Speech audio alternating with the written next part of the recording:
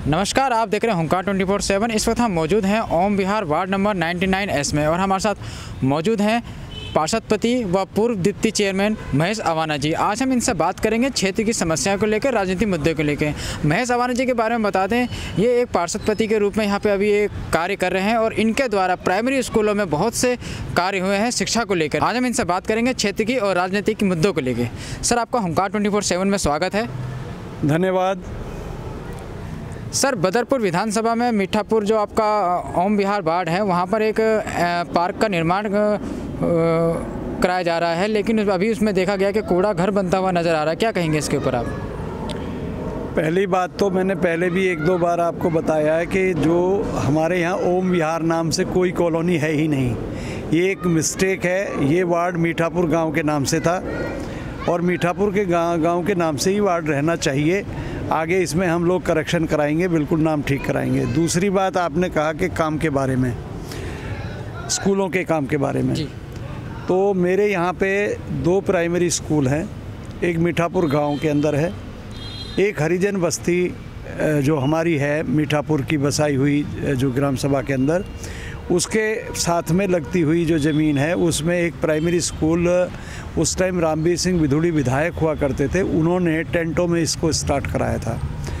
उसके बाद इसमें पोटा केबिन लगाए गए, लेकिन पोटा केबिन के भी स्थान पर जो है ना कोई ज़्यादा उस पर एडवांटेज लोगों की नहीं रही।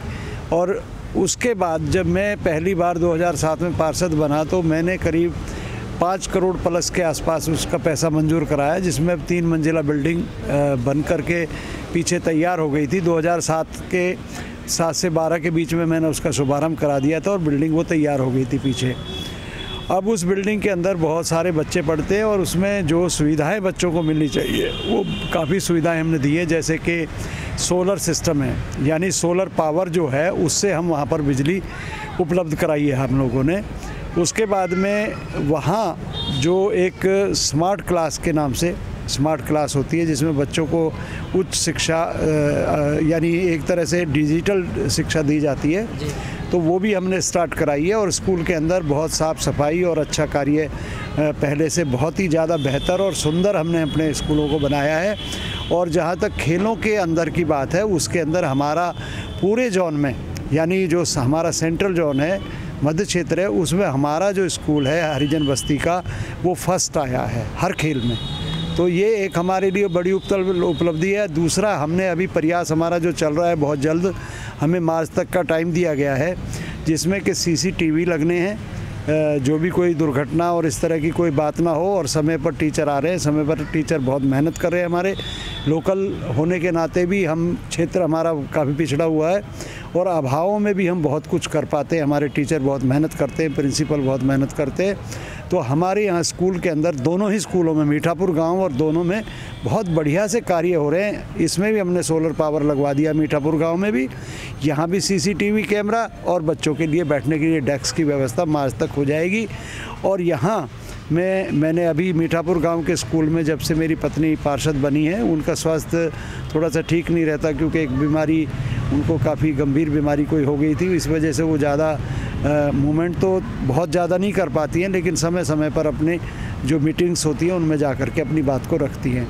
तो यहाँ पे मैंने एक सभागार जो नहीं था, हमारे बच्चे बारिश धूप और उसमें बैठते थे, तो उसके लिए सभागार की तैयारी हो गई है। उसका पैसा करीब 1 करोड़ प्लस की राशि मंजूर हुई है निगम से, और जो बहुत जल्द उसका हम काम शायद जनवरी तक शुरू कर पाएंगे और वो बन जाएगा हॉल बैठने के लिए बच्चों को 30 बाई 90 का, यानी 30 फीट बाई 90 फीट।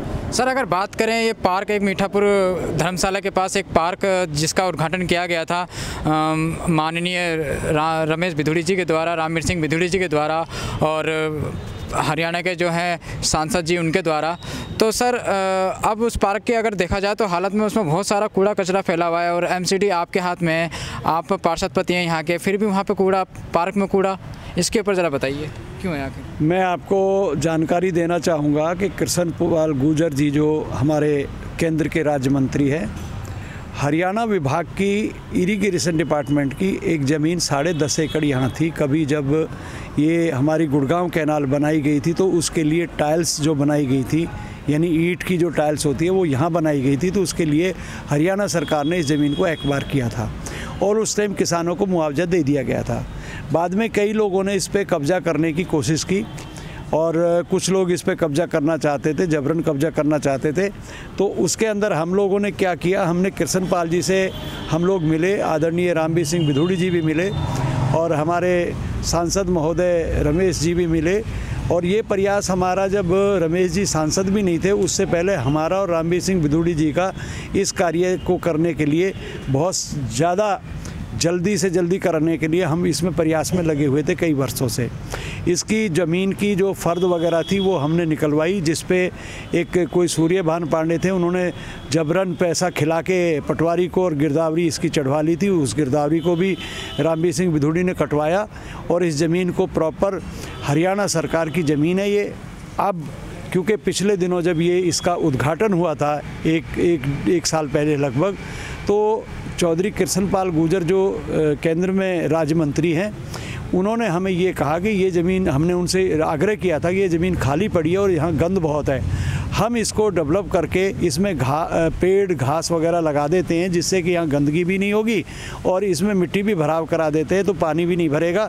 तो चौधरी कृष्णपाल जी ने उस पूरी 10.5 एकड़ ज़मीन को बाउंड्री वाल उन्होंने करा दी है और उस बाउंड्री वाल के अंदर हमें ये इजाज़त मिली है कि हम उसमें मिट्टी डाल के और पेड़ पौधे लगा दें। कोई कंस्ट्रक्शन उसमें हम और नहीं करेंगे, केवल हम उसमें पेड़ लगाएंगे, घास लगाएंगे, लोगों के लिए घूमने फिरने के लिए यहाँ का जो माहौल है वो एक तरह से नॉन पॉल्यूशन माहौल रहे, पॉल्यूशन ना बढ़े, इसलिए हम इसमें पेड़ लगाना चाहते हैं। खाली ज़मीन पर पेड़ लगाने में कोई किसी तरह का कोई ऐतराज़ सरकार ने, हरियाणा सरकार ने हमसे नहीं किया है और केंद्रीय मंत्री जो हमारे कृष्णपाल गुर्जर जी हैं, उन्होंने हमें ये परमिशन दी है कि बाउंड्री मैं करा दूंगा, ज़मीन हमारी ही रहेगी, लेकिन इस पर पेड़ पौधे आप लगा करके लोगों को अच्छा यहाँ का माहौल देंगे।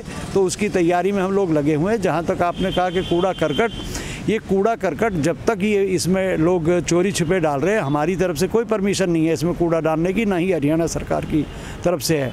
ये कूड़ा करकट जो है रात को कोई ना कोई डाल देता। अभी पीछे हमारे यहाँ के जो एक नकारा विधायक हैं नारायण दत्त जी, उन्होंने वहाँ पे एक नाला हमारा बना हुआ था ऑलरेडी पानी निकासी के लिए, गंदे पानी की निकासी के लिए, वो आया हुआ था स्कूल चौक से लेके और सिद्धू फार्म रोड तक गया है।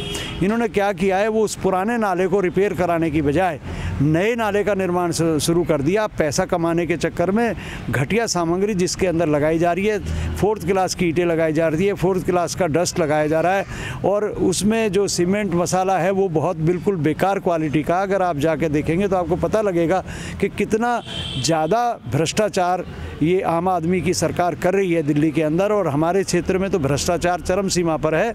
जो नारायण दत्त एक बीड़ी की दुकान चलाते थे, वो नारायण दत्त शर्मा आज करोड़पति बन के बैठ गए हैं पिछले 3.5-4 साल में ही। तो ये पैसा सब आया कहाँ से? यहीं का पैसा है, यहीं के जो सरकार से पैसा मिलता है उसके अंदर से ये पैसा खा जाते हैं। और कई जगह तो ऐसा हुआ है कि 100% सड़कों को बनाया हुआ दिखा दिया है पेपरों में, लेकिन मौके पर केवल 25% काम हुआ है। सर, जैसे आपने नारायण दत्त शर्मा जी की बात करी है, तो उनके लिए मैं आपसे ये पूछना चाहूँगा कि उनके जो कार्यालय है मोड़बंद में, वहाँ पे खान वाली जो ज़मीन है जिसका भराव किया गया है, उस में उनके द्वारा एक पार्क बनाने की बात कही गई थी मोड़बंद के कॉलोनी वासियों के लिए। लेकिन अभी वहाँ पे ये देखने को मिला है कि वहाँ पे एक मेला लग रहा है। वहाँ पार्क बनाने की जगह मेला लग रहा है। बच्चे 10वीं 12वीं के बच्चों के परीक्षाएँ नज़दीक हैं, शोर शराब, मेला लगेगा, शोर शराबा होगा, तो क्या लगता है आपको? देखिए, वो जो ज़मीन है उस ज़मीन पर परमिशन नगर निगम को भराव करने की दी गई है और उसको जो भराव हो रहा है वो कोई नारायण दत्त शर्मा भराव नहीं करा रहे हैं। उस ज़मीन का जो खदान है उसका भराव करा रही है हमारी एमसीडी से जो ट्रक्स आते हैं, जो मलबा आता है, जो भी कूड़ा करकट ज़्यादा वैसा नहीं है क्वालिटी का, घटिया क्वालिटी का नहीं है, वो नीचे चला जाएगा और ऊपर से उसमें फ्रेश मिट्टी भी डल रही है, मलबा भी डल रहा है। उसको भराव करके एक लेवल करेंगे और लेवल करके उसके अंदर, क्योंकि हमारे यहाँ हमारा ऐसा प्रयास है कि आने वाले समय में जैसे कि हमारा यहाँ पे राजीव गांधी स्टेडियम था बदरपुर के अंदर, वो राजीव गांधी स्टेडियम पुल बनने के कारण, फ्लाईओवर बनने के कारण वो समाप्त हो गया और उसकी जगह पर हम ये चाहते हैं कि यहाँ पर एक हमारे क्षेत्र के लिए, बदरपुर विधानसभा के लिए एक बहुत बढ़िया स्टेडियम बने और लड़कियों के लिए एक बहुत बढ़िया कॉलेज और पार्क हो, जिससे कि ये जो जगह हमारी पड़ी हुई है, ये काफ़ी जगह है, इसमें लोग कब्ज़ा कर रहे हैं और धीरे धीरे आपने देखा होगा ताजपुर पहाड़ी की तरफ से कब्ज़े हो रहे हैं। जो झुग्गियाँ झोपड़ियाँ थोड़ी बहुत पड़ी थी वो भी पक्की हो गई हैं और ये नारायण दत्त पैसे लेके उन झुग्गियों को पक्का करा रहा है और पक्का करा के जो है ना अपनी वोटें बना रहा है और वोट बनवा के वो चाहता है कि भाई मैं यहाँ का जो है ना परमानेंट मालिक बन जाऊँ। और जहाँ तक ये मेला लगाने की बात आपने कही है, तो ये जो ज़मीन है इस पे एमसीडी भराव कर रही है। नारायण दत्त का इसमें कोई हाथ नहीं है, ये झूठा आदमी है, झूठ बोलता रहता है हमेशा और कहता है कि मैं इसका भराव करा रहा हूँ। ये कोई भराव नहीं करा रहा, भराव एमसीडी करा रही है। आप रिकॉर्ड के मुताबिक आप देखिए, अगर रिकॉर्ड में ये दिखा दें कि भाई जो है ना इसको एमसीडी नहीं भर रही है, तो जो वो कहेंगे वो जुर्माना मैं देने के लिए तैयार हूँ। ये इस तरह के झूठे लोग आकर के इस क्षेत्र को जो है ना बर्बाद करने के लिए आए हैं। झूठे लोग, इन्होंने काम कुछ करना नहीं है, लोगों को इधर उधर एक दूसरे से बांटने का काम ये लोग कर रहे हैं, एक दूसरे के मनों में मतभेद पैदा कर रहे हैं और सिर्फ इनका दीन और ईमान केवल पैसा है, इनका कोई विकास का कोई मतलब नहीं है। और अपने आप को ये कहते हैं कि मैं गरीब किसान का बेटा हूँ। ये गरीब किसान का बेटा होगा कभी, इसको गांव से भगाया गया था, वहाँ पे इसने किसी तरह का कोई गलत हरकत की होगी तो इसको गांव से भगा दिया गया था। यहाँ आके ये अपने आप को समझ रहा है कि मैं बहुत बड़ा हीरो बन गया हूँ यहाँ के। तो ऐसे कोई यहाँ के लोग बहुत समझदार हैं। सर, जैसे कि आपने बोला है कि जो ये भराव ज़मीन में जो भराव हो रहा है ये एमसीडी के द्वारा हो रहा है, तो सर पार्क की जगह वहाँ पे जो मेला लग रहा है उसकी परमिशन कौन देगा? नारायण दत्त शर्मा देंगी या एमसीडी देगी? और अगर परमिशन दी है तो किसने दी है? और मेला लगना शुरू भी हो गया वहाँ पे। देखिए, इसके बारे में मुझे कोई जानकारी नहीं है किसने परमिशन दी है। ऐसा कोई रिटर्न में परमिशन नहीं हो सकती। अगर रिटर्न में परमिशन होगी तो एमसीडी देगी, क्योंकि एमसीडी अभी इसको भराव कर रही है, इसको ग्राम सभा के हैंड ओवर नहीं किया गया था। ये ग्राम सभा की ज़मीन ज़रूर है, मैं मानता हूँ, लेकिन जब तक ये भराव नहीं होगा एमसीडी के अधीन है, एमसीडी इसको भरा रही है। और ये एरिया जो है श्री महेश लोहिया जी जो हमारे पार्षद हैं मोलरबंद के, उनके अधीन आता है। ये ज़मीन जो है उनके अधीन आएगी और वही इसकी परमिशन देंगे। और कुछ एरिया हो सकता है कि इसमें से बदरपुर के जो पार्षद हैं हमारे तरवन जी, हो सकता है उनके क्षेत्र में भी पड़े, क्योंकि ये दो क्षेत्रों की ज़मीन पड़ती है। इसमें ताजपुर गांव की भी ज़मीन है और इसमें मोलरबंद गांव की भी ज़मीन है और इसमें मीठापुर गांव की भी ज़मीन है। जो सच्चाई है, 3 गांवों का यहाँ पर जो सिवाना बोलते हैं हमारे इसको, यानी 3 गांवों का मिलता है। और उसमें हो सकता है कि उनके अंडर भी कुछ हो और महेश लोहिया जी के अंडर तो ये है ही है, क्योंकि यहाँ पे पहले हेमचंद गोयल जी उस टाइम पार्षद थे बदरपुर के, तो उस टाइम पे इसकी परमिशन ली गई थी भराव करने की कि भाई इसको गड्ढे को भर के और इसमें अच्छी सुविधाएं दी जाए, पार्क वगैरह बनाए जाएं और बहुत बढ़िया से सब कुछ किया जाए। तो उसी प्रयास में हम लोग लगे हुए हैं, लोहिया जी लगे हुए हैं। हमारे पूर्व विधायक रामवीर सिंह बिधूड़ी हमेशा एरिया के लिए सजग रहते हैं और हमेशा कोई भी कार्य होता है जो अच्छे कार्य के लिए उनका हमें सहयोग मिलता रहता है। और इसमें जो हमारे 10 एकड़ का पार्क है, इसमें सांसद जी का भी सहयोग रहा है और रामवीर सिंह बिधूड़ी का तो अथाह सहयोग, बहुत बड़ा सहयोग रहा है, क्योंकि शुरुआत ही हमने रामवीर सिंह बिधूड़ी के टाइम में की थी, जब वो पहले विधायक थे 93 से और 98 तक। उस समय मैं इसकी ज़मीन की पेपर वगैरह निकलवा के लाया था और मैंने उनको बताया था कि ये ज़मीन है, इस पर लोग कब्जा करना चाहते हैं, आप इसमें अगर हमारे क्षेत्र के लिए पार्क की परमिशन दिलवा दें तो बहुत बढ़िया होगा। और उस दिशा में हमारा जो कदम चलता रहा, उसकी वजह से हम आज ये पार्क बना पाए। और मैं आपको एक खुशखबरी देना चाहूँगा कि इसमें हम बहुत जल्द, हमें परमिशन मिल गई है मिट्टी डालने के लिए, हम इसमें मिट्टी भी डलवाएंगे और इसमें बढ़िया से पेड़ वगैरह लगवा के लोगों के लिए बैठने के लिए बेंचेस वगैरह लगवाएंगे, तो लोग बैठेंगे भी, बेंच भी लगवाएंगे और इसमें पेड़ भी लगवाएंगे बहुत अच्छे। और एक सुंदर पार्क मीठापुर क्षेत्र के लिए, मीठापुर की कॉलोनी वासियों के लिए बहुत ही बेहतरीन पार्क ये स्थापित होगा। मैं ऐसा आपको जानकारी देना चाहता हूँ। सर, अगर बात करें लोहिया पुल की, तो लोहिया पुल में दिल्ली सरकार के द्वारा 5-6 महीने पहले 2 करोड़ 30 लाख रुपए की पेमेंट यूपी सरकार को दी गई थी और उनके द्वारा अब लग रहा है कि यहाँ पे काम शुरू हो चुका है। क्या लगता है आपको, ये यूपी सरकार काम करा रही है, कौन काम करा रहा है? देखिए, पुल अगर बनेगा तो उसको यूपी इरिगेशन डिपार्टमेंट उस पुल को बनाएगा। दिल्ली सरकार इसमें पैसा देगी। कितना पैसा दिल्ली सरकार ने दिया है, कितना एस्टीमेट बना है, इसकी जानकारी आंकड़ों के मेरे पास अभी नहीं है। लेकिन मैंने आपको पहले भी 1-2 बार मेरी आपसे बात हुई है, तो मैंने ये शुरू में ही कहा था कि नियम, कायदे, कानून सब तरीके से होते हैं। ऐसे पानी में लठ मारोगे तो पानी अलग नहीं हो जाएगा, धुएं में लठ मारोगे तो उसका कुछ नहीं बिगड़ेगा। ये तो धुएं में लठ मारते हैं। मैंने आपको जो पहले प्रक्रिया बताई थी कि अगर दिल्ली के अंदर से कोई नहर यूपी सरकार की जा रही है तो उसके लिए जो पैसा है वो पैसा दिल्ली सरकार उसको यूज़ करती है। उस पुल को दिल्ली सरकार उसका पैसा देगी, यूपी सरकार के यूपी इरिगेशन डिपार्टमेंट उस पुल का निर्माण करेगी। और वही निर्माण अगर शुरू हुआ है तो वो निर्माण ऐसे शुरू हुआ है, दिल्ली सरकार ने उसका पैसा दिया होगा तब जाके काम शुरू हुआ है। रही बात ये जो लोहिया पुल है, ये लोहिया पुल जहाँ बनाया जा रहा है वो दायरा, वो एरिया, वो क्षेत्र सीधा क्योंकि अब जहाँ पुल बन रहा है वो पुल अमानतुल्लाह जी के एरिया में आता है। अब जो पुल बन रहा है वो अमानतुल्लाह जी का एरिया पड़ेगा। आली गांव से और इधर लोहिया पुल की तरफ जो पुल बना रहे हैं, पुल को तो कोई भी यूज़ करेगा, हम भी यूज़ करेंगे, कहीं भी जाते हैं, लेकिन वो क्षेत्र जो है अमानतुल्लाह के क्षेत्र में आता है। नारायण दत्त का उसमें कोई लेना देना नहीं है, अमानतुल्लाह ने ही उसको परमिशन दिलवाई है और कराया है, ये सच बात है। सर अगर बात करें मीठापुर चौक की, तो मीठापुर चौक पर बैरिकेड लगवाने के बावजूद भी तो जाम की समस्या है, जियो की त्यों पड़ी है। जाम हमेशा, जिस टाइम भी आप चले जाओगे वहाँ आपको हमेशा जाम मिलेगा। क्या फ़ायदा वहाँ आखिर गोल चक्कर बनाने का कि इसमें जाम तो अभी भी लगता है? असल में ये पहले जो हमारे विधायक हैं, रामवीर सिंह बिधूड़ी हों या दूसरे अपने राम सिंह हो, इनके ऊपर ये आरोप प्रत्यारोप लगाते रहते हैं कि इन्होंने कुछ काम नहीं किया इतने वर्षों में। इन्होंने क्या काम किया? एक इन्होंने कहा था कि भाई हम हमारी सत्ता आते ही हम 3 महीने के अंदर अंदर जो है आगरा नहर का पुल बनवा देंगे। आज तक तो आगरा नहर का पुल शुरू नहीं हुआ। मीठापुर चौक को जाम से मुक्त कर देंगे, आज तक जाम मुक्त नहीं हुआ। मीठापुर चौक पे रोज़ जाम लगता है। अब आप देखिए बदरपुर मोड़ पे ऑटो का जाम डेली लगता है। कहाँ जाम ख़त्म हो गया? उसके बीच में डिवाइडिंग लगा दिया, डिवाइडिंग से जाम थोड़ी ख़त्म हो गया। कम से कम वहाँ पे जो ये पैसा ले रहे हैं, लाखों रुपया ले रहे हैं महीने का, जो नारायण दत्त के आदमी उगाही करा रहे हैं, नारायण दत्त उगाही करवा रहा है अपने लोगों से, वो ऑटो 1 सेकंड के अंदर हट जाएंगे, 1 मिनट के अंदर हट जाएंगे। अगर ये लोग ना करें, जब इनके खिलाफ़ पुलिस कार्रवाई करती है तो ये पुलिस के खिलाफ़ हो जाते हैं लोग।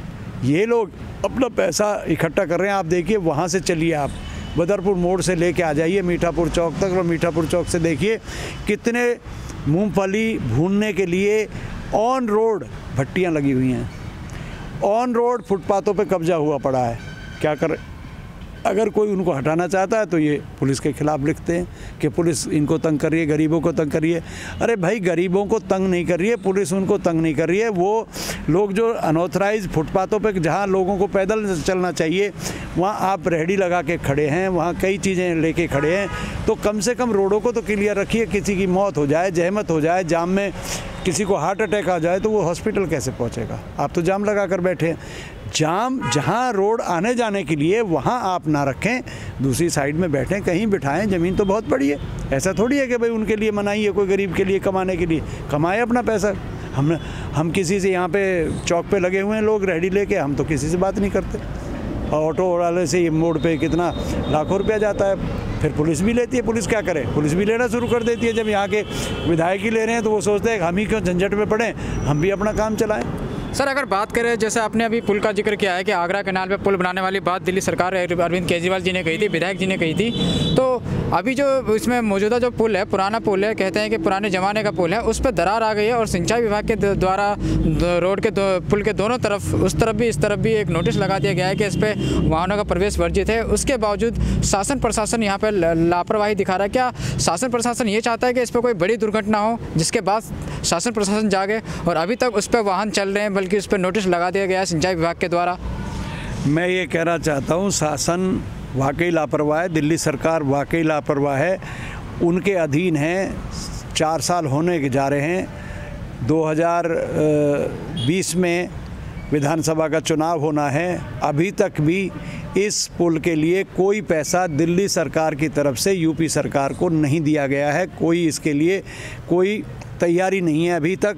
लोहिया पुल की अगर आप बता रहे हैं कि लोहिया पुल का काम शुरू हुआ, तो वो मैंने उसके बारे में आपको बता दिया। जब तक दिल्ली सरकार इसका पैसा नहीं देगी, मंजूरी नहीं होगी, तब तक के यूपी इरिगेशन डिपार्टमेंट इस पुल को नहीं बनाएगी। आप देखिए हरियाणा की तरफ जाइए, वहाँ बीजेपी की सरकार है, कितने नहर के ऊपर पुल बनाए गए हैं। वो यहाँ तो लोहिया पुल तो सिंगल नहर है, हमारे यहाँ तो डबल है। तो पहले से डबल पुल पीछे बना हुआ है, एक सिंगल पुल ही तो बनाना है। और आगे जाके देखिए कृष्णपाल जी ने नहर के ऊपर कितने पुल बनाए, यहाँ से लेके और बल्लभगढ़ तक आप चले जाइए। हर पुल का निर्माण करा दिया, हर पुल का निर्माण करा दिया, वो भी तो करा रहे ना अपने क्षेत्र में। सर अगर बात करें दिल्ली सरकार ने अभी तक पैसा नहीं दिया है पुल के लिए, तो आखिर कब तक सरकार गरीबों के जो है, जो पुल से निकलने वाले आने जाने रोज़ाना जो पुल से निकलते हैं, उनकी ज़िंदगी से खिलवाड़ करने का उनको लाइसेंस परमिशन किसने दे दी, किसने अधिकार दे दिया इनकी ज़िंदगी से खेलने का? आखिर कब तक ये लोग ज़िंदगी से लोगों के यूं ही खेलते रहेंगे? देखिए, परमिशन तो लोगों ने वोट दे के गलती की है। दिल्ली सरकार जो आम आदमी की सरकार है, केजरीवाल की सरकार है, ये तो लोगों की गलती है कि उन्होंने इनको चुना। मैं आपको इतना कह सकता हूँ कि आने वाले समय में दिल्ली के अंदर अगर कोई सरकार बनेगी तो वो बीजेपी की बनेगी, केंद्र के अंदर कोई सरकार बनेगी तो वो बीजेपी की बनेगी। आदरणीय नरेंद्र मोदी जी अगले प्रधानमंत्री होंगे। 2019 का जो मिशन है चुनाव का, उसके अंदर आप देखेंगे कि लोग चाहते हैं, आपने देखा होगा एमपी में, राजस्थान में, कहीं भी आप देख लीजिए, भले ही सरकारें आ गई हों तो बहुत ही कम मार्जिन पे, और उसमें नोटा ने भी कुछ लोग नाराज़ भी थे जी। और इसमें कई तरह के मुद्दे हैं, लेकिन मैं कह सकता हूं कि मध्य प्रदेश में तो बिल्कुल बहुत नज़दीकी 7 सीटों का जी। केवल थोड़ा सा फ़र्क था, तो वहां सरकार बन सकती थी। जितना जोर अगर हमारी पार्टी ने राजस्थान में दिया, इतना जोर अगर मध्य प्रदेश में उसके 10% भी दे देते, में देश को नई दिशा और नई ऊंचाइयां दें, जैसे कि उन्होंने पहले अभी तक देते रहे हैं, बहुत मजबूती के साथ, बहुत अच्छे मन के साथ। और मन के साथ, जब मन अच्छा होता है तो मन बढ़िया काम करता है। तो मोदी जी के मिशन और मन की बात का मैं समर्थन करते हुए देशवासियों को एक बार पुनः सभी तीज त्योहारों की और सभी चीज़ों की, कि आने वाला हमारा जो 2019 का साल है वो बहुत शुभ हो, बहुत अच्छा हो, सब के साथ संपन्नता के साथ सब लोग रहें और सबके बच्चे पढ़ें लिखें, आगे बढ़ें, अपने माता पिता का, क्षेत्र का, देश का नाम रोशन करें। इन्हीं शब्दों के साथ आपके चैनल का बहुत बहुत धन्यवाद। जैसे कि आपने देखा, हमने पार्षद पति महेश अवाना जी व पूर्व डिप्टी चेयरमैन जिससे बात की क्षेत्र की समस्याओं को लेकर, राजनीतिक मुद्दों को लेकर। तो उनका यही कहना है कि उनका जो वार्ड है वो मीठापुर वार्ड के नाम से जाना जाता है, ओम विहार के नाम से। कहीं ना कहीं कोई मिस्टेक हुई है, उस मिस्टेक को इनके द्वारा सुधारा जाएगा और जो ओम विहार की जगह इसको मीठापुर वार्ड कराया जाएगा। और इनके द्वारा ये भी कहा जाए कि इनके वार्ड में 2 प्राइमरी स्कूल आते हैं और दोनों का निर्माण कार्य इनके द्वारा बहुत ही अच्छे तरीके से हो रहा है। बहुत से क्लासरूम बनाए हैं, बच्चों के बैठने की, बेंचों की अनेकों व्यवस्थाएँ की गई हैं इनके द्वारा। और आने वाले समय में और भी कुछ स्कूल के लिए इनके द्वारा किया जाएगा। फिलहाल आप बने रहिए हुंकार 24/7 के साथ। कैमरामैन सोनू के साथ मैं महेंद्र आर्या, धन्यवाद।